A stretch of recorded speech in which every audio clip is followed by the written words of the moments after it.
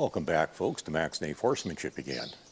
And I recently got asked a good question, but unfortunately I can't exactly demo it the way that they would like. They wanted to know how the various personalities in horses affects how I deal with them when I'm doing hands-on stuff. Now, unless I happen to actually have a horse with me that I'm doing hands-on stuff with, can't really show that very well, but I can we can talk about it, and I can show you a few things that are kind of interesting because, well, you'll see in the background here, two horses in here.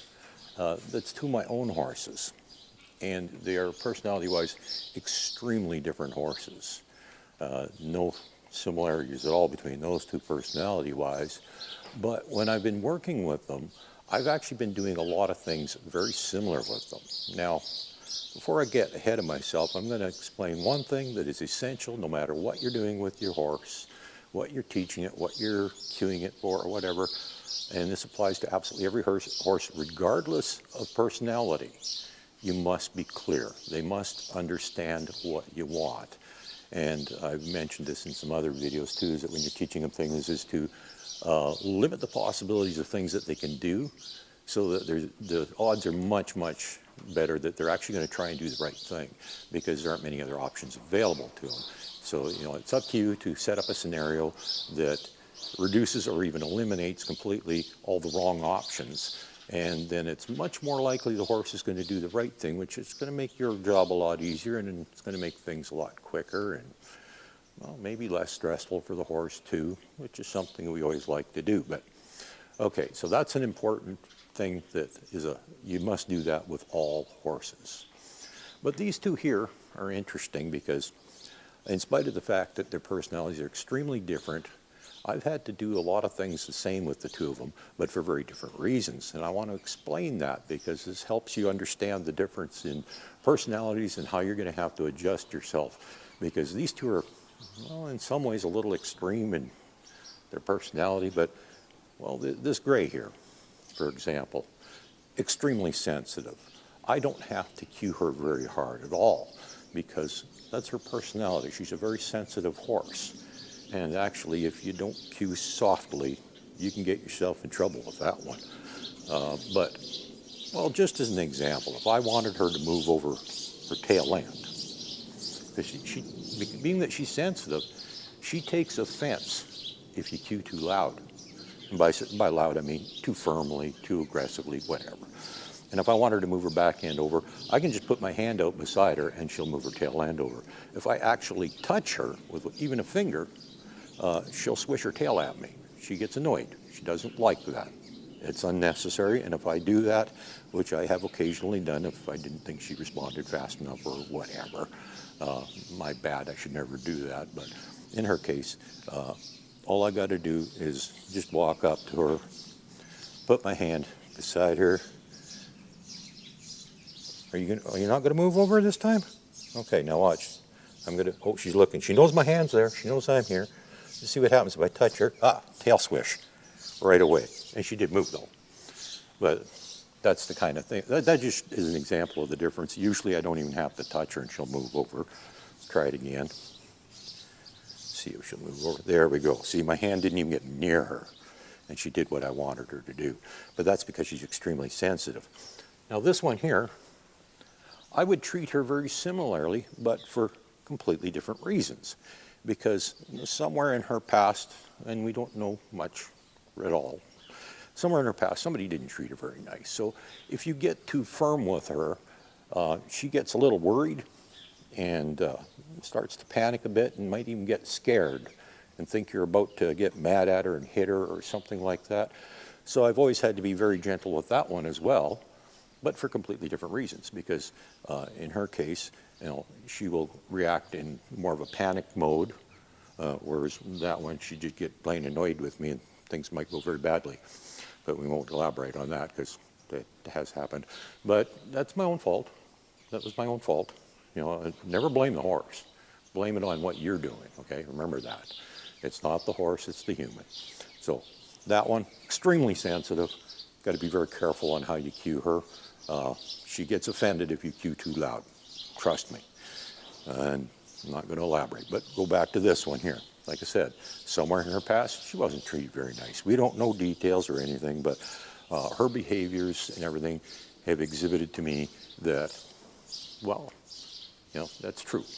She told me about this stuff. I didn't see any of it firsthand. I have no idea what.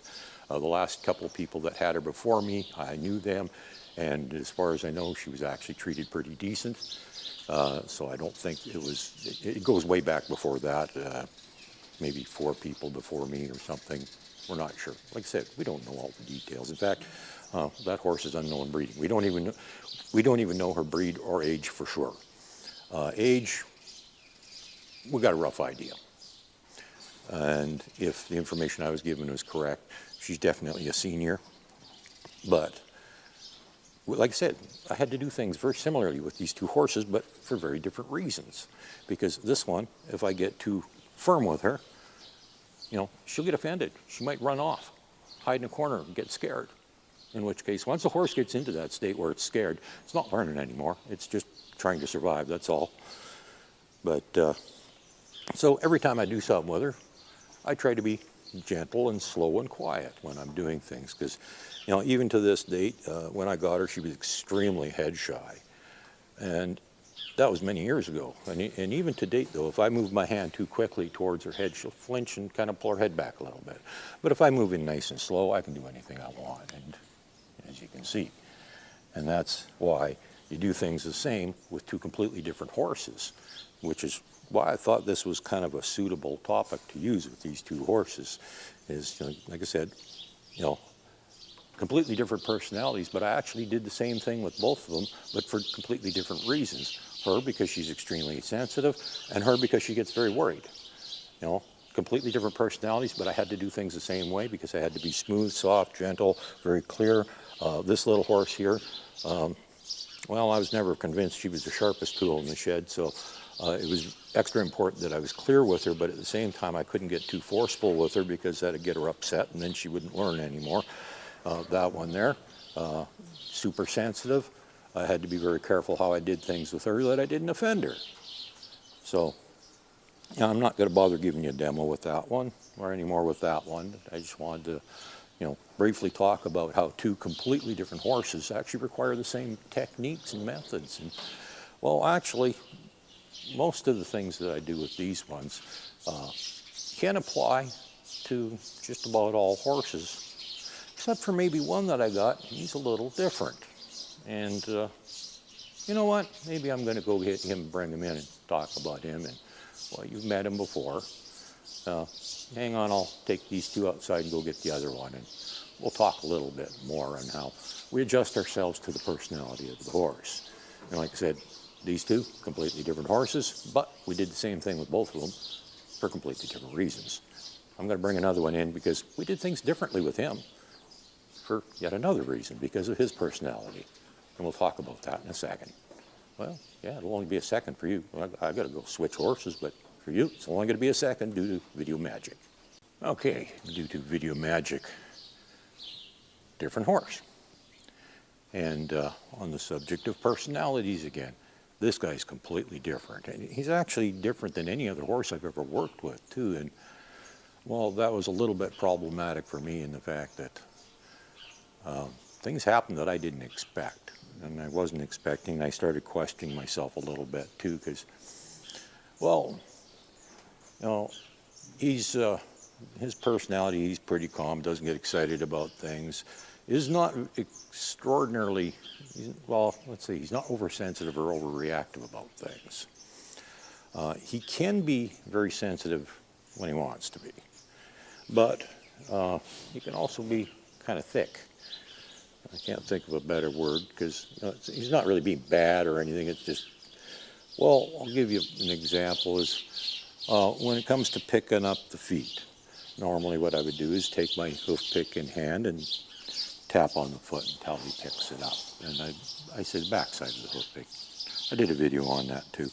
But that's just one of many ways you can pick up a foot. Some people will tap on the front of it, some tap on the back, some grab it by the hair. There's a lot of different ways you could do it. I'm not going to get into that. But, well, that was just one of many things that I ended up tapping an awful lot harder than I have ever done with any other horse, and I was actually starting to get a little bothered by that because of the fact that I didn't think I should have to tap that hard. But in his case, I actually had to because of his personality. Now, I wasn't hitting. We didn't get to that level at all. But we did actually tap much firmer with him for several different things than I normally would do with a horse. Now, he still turned out to be a lovely little guy that, his personality second to none, and we didn't overdo it.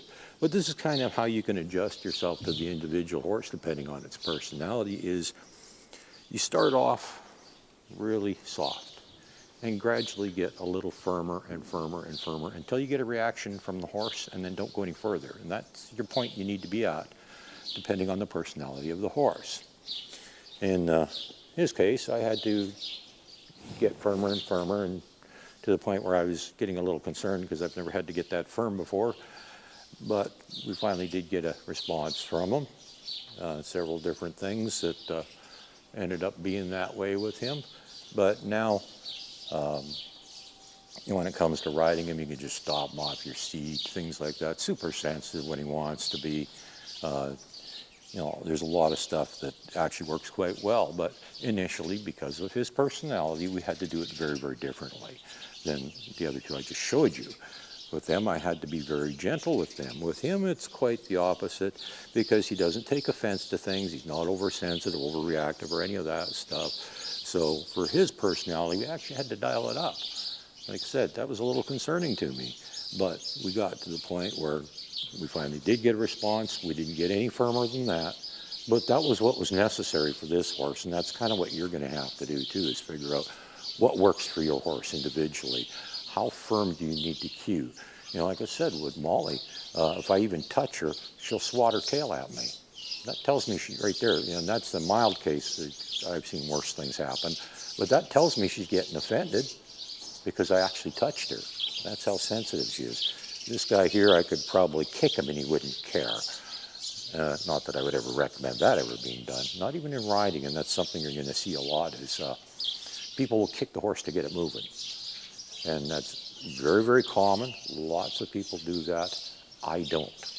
I'm not going to say what's right or wrong here in that one, but I don't do it because I simply think it's unnecessary.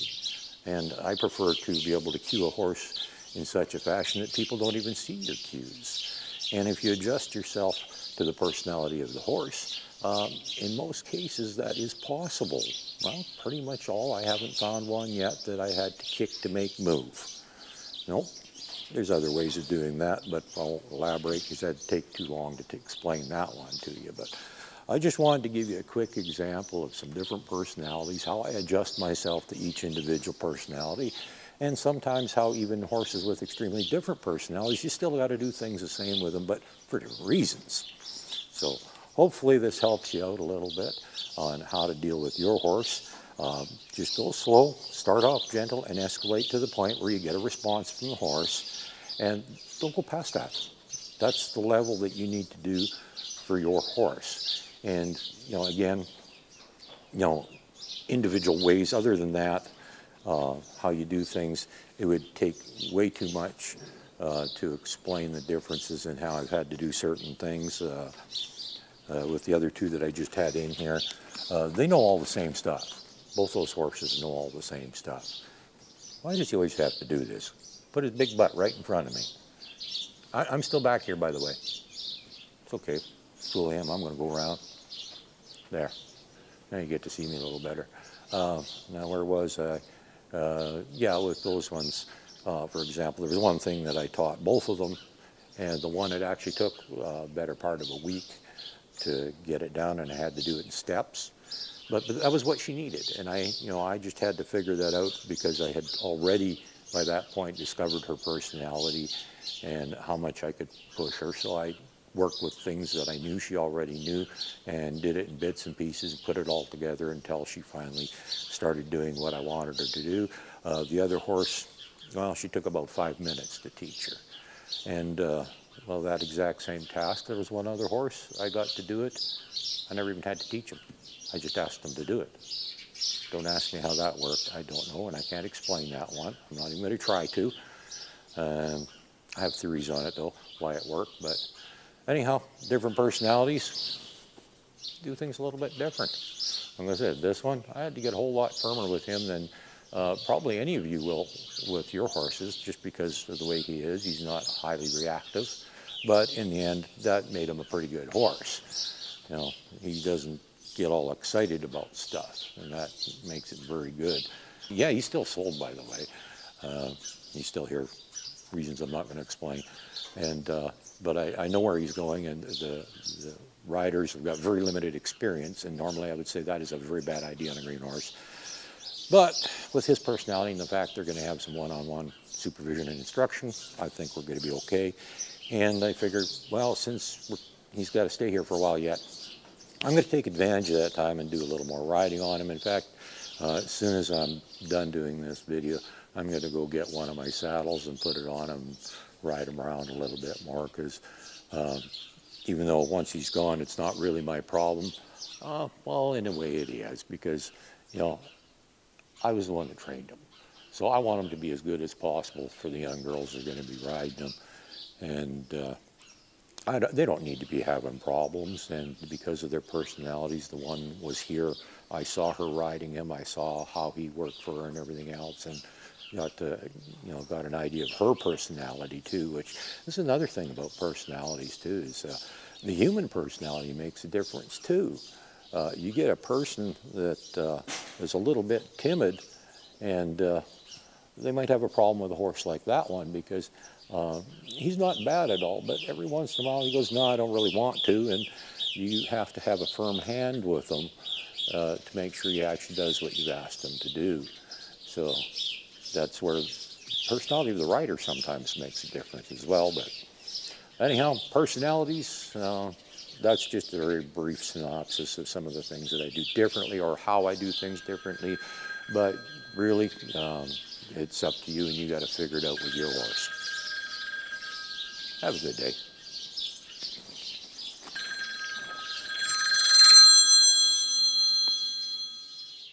Hello.